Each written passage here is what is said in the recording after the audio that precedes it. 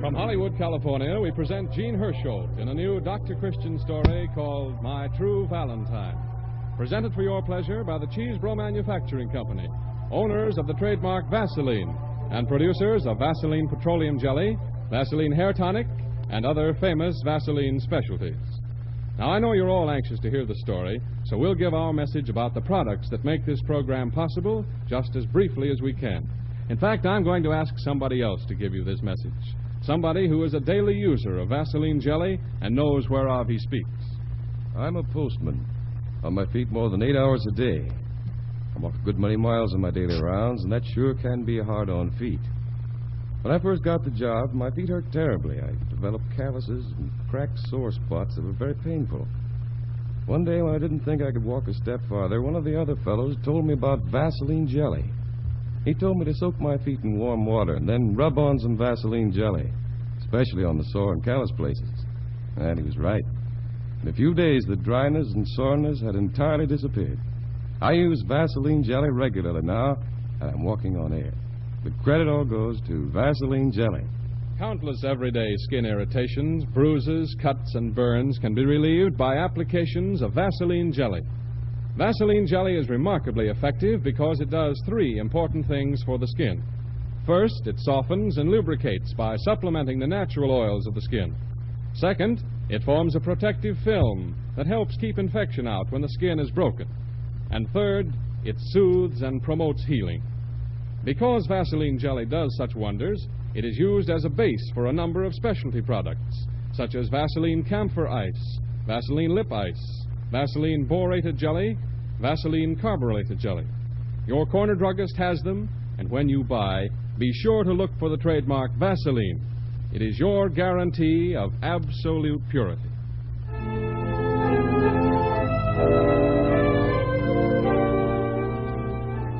There's the overture music, and the curtain is about to rise on our Dr. Christian play, My True Valentine, which stars Gene Hersholt as the popular Dr. Christian of River's End, supported by Rosemary DeCamp in the role of his secretary, Judy Price, Gloria Holden as Emily Cobb, Elliot Lewis as Don Burns, the boy to whom she was engaged, and Leo Cleary as Bill Brown, the sheriff.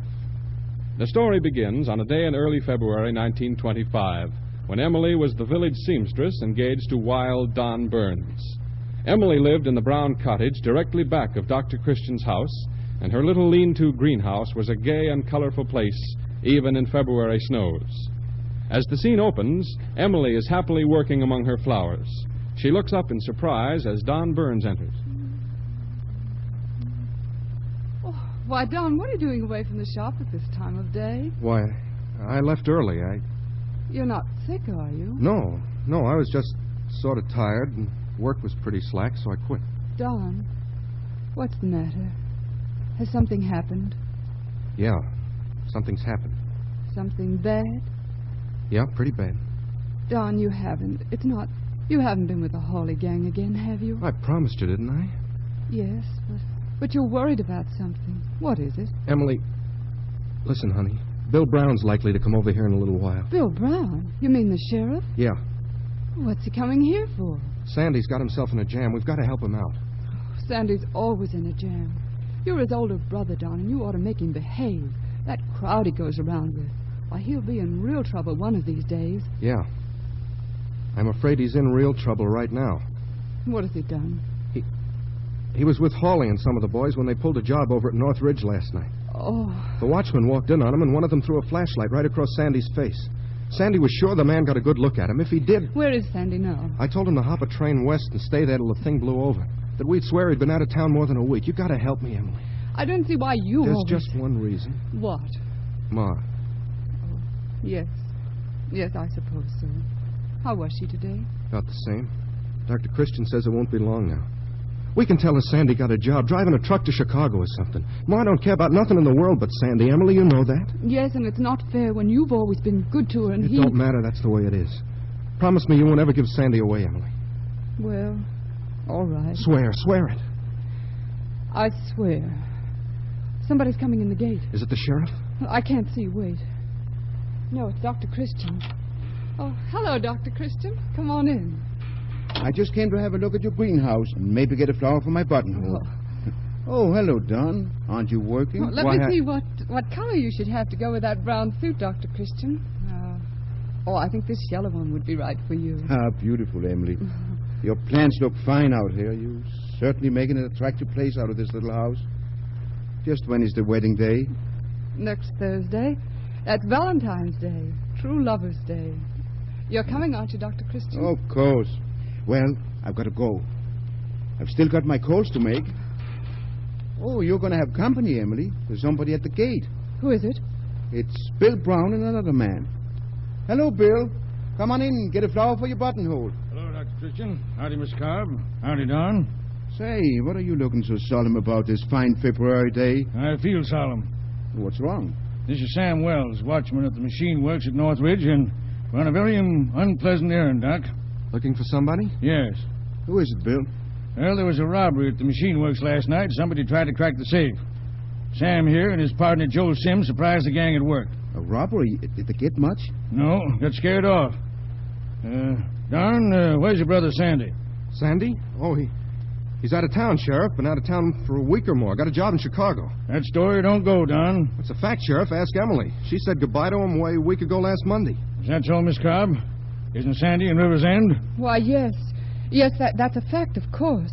Sandy's gone. You'd swear that's true? Of course we'd swear to it. Why not? You don't want to be making any mistake. Look here, Bill. What's this all about? If Sandy's really been gone for a week, Dr. Christian, I reckon Don knows what it's about. What do you mean? Joe Sims, the other watchman, got a good look at one of the men. He swore it was one of you Burns boys. Like lots of folks, he couldn't tell you apart. Where were you last night, Don?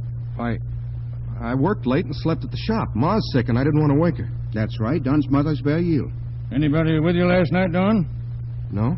Anybody see you there? Not that I know of. Well, you'll have to come along with me. Oh, no. Well, Don had nothing to do with this, Sheriff. I'm positive he didn't. What makes you so sure, Doc? Don Burns used to be a pretty tough boy. Not since he and Emily have been engaged. You are making a mistake. Well, if I am, it's too bad.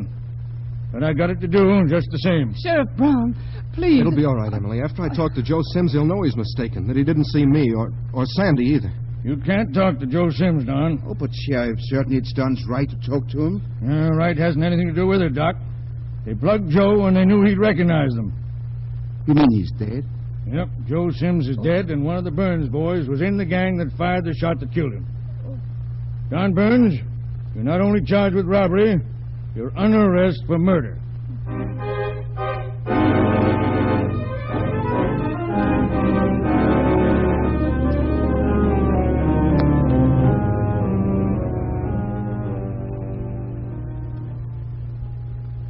I'll bet this is more of the county jail than you ever saw before in your life, Dr. Christian. It's been mighty decent of you to come and visit me this way. I sure appreciate it. I'm going to miss you after tomorrow. I'll miss you, Don, till I see you again. By the time I get out, I won't be anybody who'll want to remember you ever knew. That'll depend on you. Don, Emily insists on seeing you before you go. Didn't you tell her what I said? That I wasn't going to see her ever again? Yes, I told her. But she's been in every day during the trial begging me to bring her over. I think you better talk to her, Don. Haven't got anything to say. Make her see it's all over, Doc, that she's got to forget me. Well, women like Emily don't forget easily. She will. Now she knows I'm no good. Why didn't my own mother, almost the day before she died, get up in court and tell how I'd always been the bad one? How Sandy had never done a wrong thing in his life? Yes. Well, then one of the Burns boys did it, and it must have been me. You haven't seen Sandy coming back to confess, have you?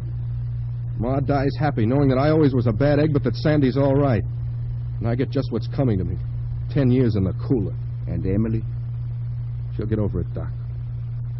She's got to get over it. Don, I wanted to see Emily. Just once. No, I won't. Oh, she's right outside, waiting. She can't come in. I don't want to see her. But she wants to see you. You owe her that much, Don. But I have nothing. Only for a moment. Ask Miss Cobb to come in, will you, officer? Doc, I won't be alone with you. You got to stay with me, Dr. Christian. Don, I don't know what to say to you. Are you sure you're right in what you're doing? What do you mean? You know the truth about me. Yes, Don. I know the truth. Don. Yeah? Don, I had to come. Well, you better go again. Jail's no place for a girl like you in. My place is wherever you are, Don. No, that isn't so, Emily. Not anymore. I lost my chance. I'm no good. Don, listen. I don't believe there's any of it. It's all crazy, not telling about Sandy, trying to make even me think you're guilty. But I know you didn't do anything wrong, and that's all I care about. I love you, and if it's 10 years, or 50 years, or forever, I'll still be waiting for you, Don. Well,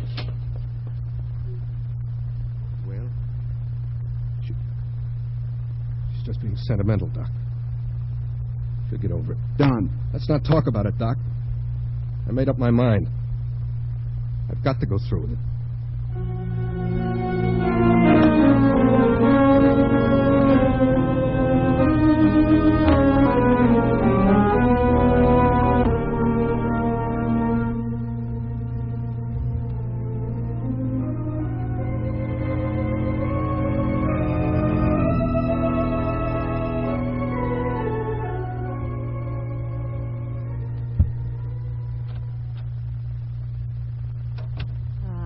Better sneak in the back way. Dr. Christian, you're late. Oh, I know it, Judy. I wasn't sure I'd get back for office hours at all. Hey, unpack my bag while I wash, will you? All right. What do you think Mrs. Smith got for Valentine? What? Twins. No. Yes. Oh, that's wonderful. Are there many people waiting? Oh, most of them said they'd come back this evening, but guess who's out there? You'd better tell me, Judy. I'm too tired for parcels. All right. It's Emily Cobb. Emily Cobb? Uh-huh. She's home from Chicago for a quick visit. Well, I haven't seen her for... Well, how long is it, Judy? 15 years. How does she look? Oh, simply stunning. You'd never know her for the same girl she used to be. Wait till you see the dress she's wearing. I hear she's been very successful in her work. Oh, I should say she has. All the society gals in Chicago get their things from the Mrs. Cobb. What's she back for, did she say? No, but she's been waiting hours to see you. Shall I bring her in? Oh, yes, right away. Come in, Miss Cobb. Dr. Christian will see you now. Thank you, Judy. Emily, this is a surprise. I'm glad to see you. Oh, I'm glad to see you, too. You haven't changed a bit. Well, you have, and you're looking splendid, Emily. Things have evidently been going well with you in Chicago. Very well indeed. The village dressmaker turned into a designer. My sister and I have a business of our own now, and we've been pretty lucky. That's fine, Emily. So you're back to show the hometown what our River's End girls can do. Eh? Oh, far from it. Nobody even knows I'm here except Judy. I really came back to make up my mind about something, and I need you to help me. Well, I'll help if I can. What is your problem? Dr. Christian, there's a man in Chicago who wants to marry me. He shows good sense, if you ask me. Do you like him? Oh, he's a fine man in every way. Kind and considerate. Then you don't like him. What's the matter with him? Oh, not a thing in the world. He's successful, a suitable age, considered a great catch. But you're just not in love with him, is that it? That's just about it. My sister thinks I'm a perfect fool to hesitate even for a moment. Well, does he know how you feel? I mean, does he know that you're not really in love with him? Yes, I told him about Don. And he's still willing to take a chance. He thinks I'll grow to love him. Well, if he's thoroughly congenial or that you admire in a man, you probably will. I suppose so. Haven't you ever heard from Don? No, not a word since he was discharged. Dr. Christian, do you really still think he loved me, in spite of everything he did? I'm sure he did, Emily. But I never had any confidence that he would come back. I know you didn't. You waited faithfully for a long while, Emily. You proved your devotion over and over again. Now I think it's time you found some happiness for yourself. You've given up hope, haven't you? Well, I don't like to think of the empty, wasted years for you. You're probably right. And that's why I came, and you've given me my answer. What do you mean? I'm going to sell my house, Dr. Christian, and I'm going to marry the man in Chicago. I'm sure you're wise, Emily. You'll have security and peace. Yes, I will. It's only in books that people wait forever, isn't it? I think I'd like you to go over to my house now just for a little while to say goodbye. I'm afraid it'll be cold over there. The house has been closed so long. No matter. I'll keep my coat on. May I slip out of the back door, Dr. Christian, the way I used to? Of course. Are you going to stay in town and visit your old friends, Emily? No. I just wanted to come today, Valentine's Day. It was to have been my wedding day. Remember? Well, now that I've made up my mind, I think I'd like to go back to Chicago right away on the night train. Dr. Christian, will you sell my house for me? The furniture and everything. I'll attend to everything, Emily. Good luck and God bless you. And try not to think about... I shan't, really, I promise you. I shan't think of Don ever again after tonight. Thank you. Goodbye. Goodbye, my dear. Has Miss Cobb gone? I thought I heard somebody go out the back way.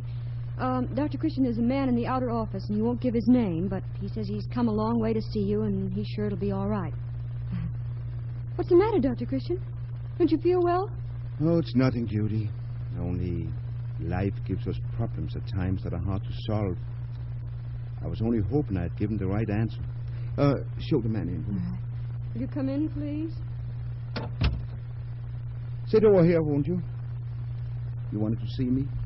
You don't know me, do you, Dr. Christian? No, I don't believe I do. 10 years where I've been makes a lot of difference. I didn't think it was that bad. I'm Don Burns. Don Burns? Don Burns? Yeah. Don Burns? Here? Tonight? Why, man alive, Well, I'm glad to see you. Surprised, too, I'll bet. Yes, I am surprised. Well, why didn't you write or send a message? I told you I wouldn't write again until I got on my feet. I had something to write about. But today was Valentine's Day, Doc.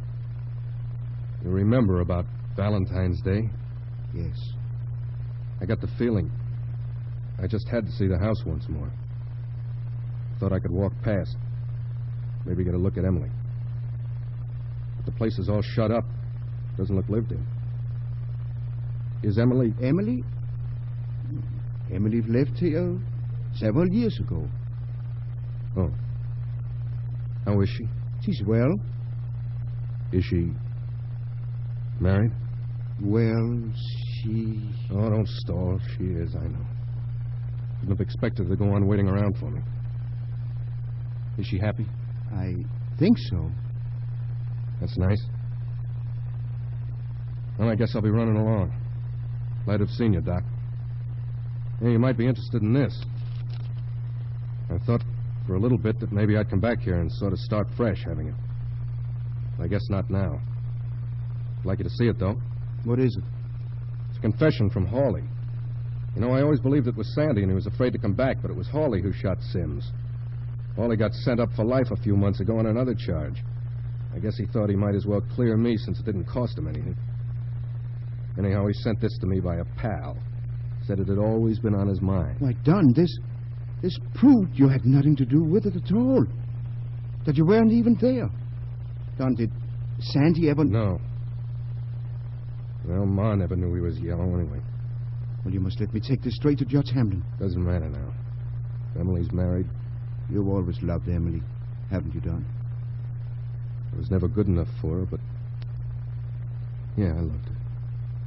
Guess I always will. Now, I'll move on now, Doc. Wait a minute, will you, Don? I've got some things I've got to see to, but I'd like to talk to you for a little while longer. Okay, Doc, take your time. All the business I got can wait, I guess. Just sit here and stretch your legs by the fire. You'll find plenty to read, and I'll be back as quick as I can. What's the matter, Doctor? You look so queer. I feel queer. Judy, I'm in an awful spot. Oh, what's happened? Don Burns. He's back. Don Burns? That man in there is Don Burns? Yes. Oh. Emily's over there in her house saying goodbye to her memory of him. So she can marry another man. She doesn't know Don's back, huh? She'll never know it if I don't tell her. He'll not stay unless I... Dr. Christian, how awful. Their whole future depends on you. Judy, tell me, if you were Emily Cobb, would you want to be told? Yes, Dr. Christian, I'm sure if I were Emily, I'd want to be told. I'd want to make my own decision. If only there was some way I could know what she'd want without actually telling her Don was here. Oh, Don suffered so much. It doesn't seem fair. I know, but 15 years is a long time. I'm going over to see Emily now, Judy. Oh. Wait. Don't let Don leave until I get back. What are you going to do? Judy, I don't know. Pray for a sign, I guess.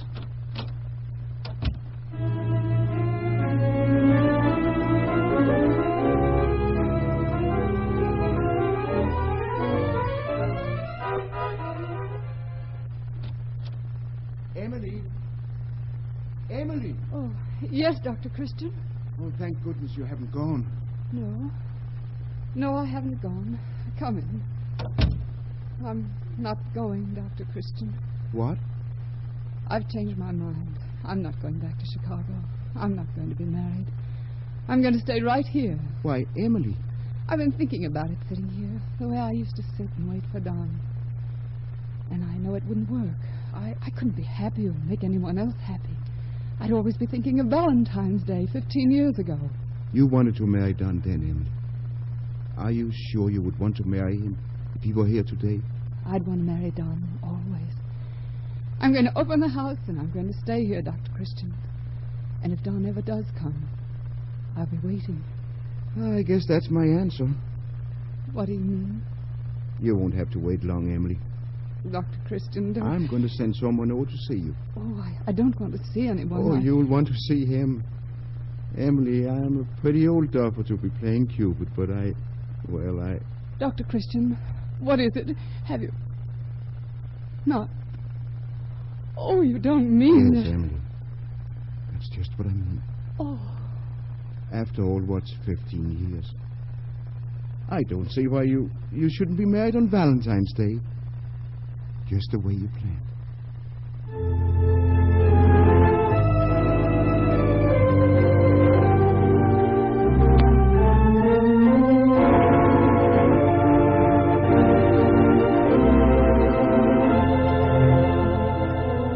And the curtain comes down on our Dr. Christian play, My True Valentine. Gene Hersholt, our star, will be here in just a moment to tell you about next week's play. Meanwhile, here is my parting message for tonight. Isn't it odd that many men are meticulous about their clothes, their automobiles, and their business affairs, yet unbelievably careless about their hair? They plaster it down with water, wet it with frequent showers, and then wonder why it becomes harsh and brittle, why it's flecked with unsightly dandruff scales. These are all signs of dry scalp, signs that your hair lacks sufficient oil. There's a relief for dry scalp, however. It's Vaseline Hair Tonic.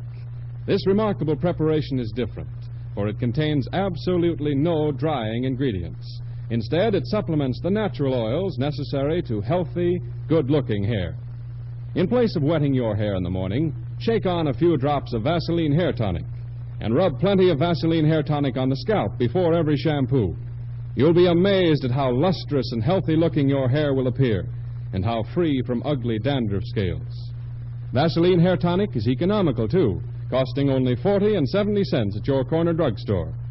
Treat your hair to a bottle tomorrow. Now, here is Gene Hersholt as the popular Dr. Christian of River's End.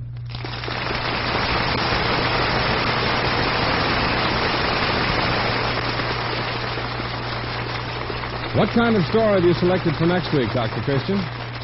Well, Art, next week's play is called I Cannot Tell a Lie, and as you may guess from the title, its inspiration is George Washington. But it's not the kind of story you think it is at all. It's a swell story, though, and I know you're all going to enjoy it. So until next Wednesday evening at the same hour, I'll say good night.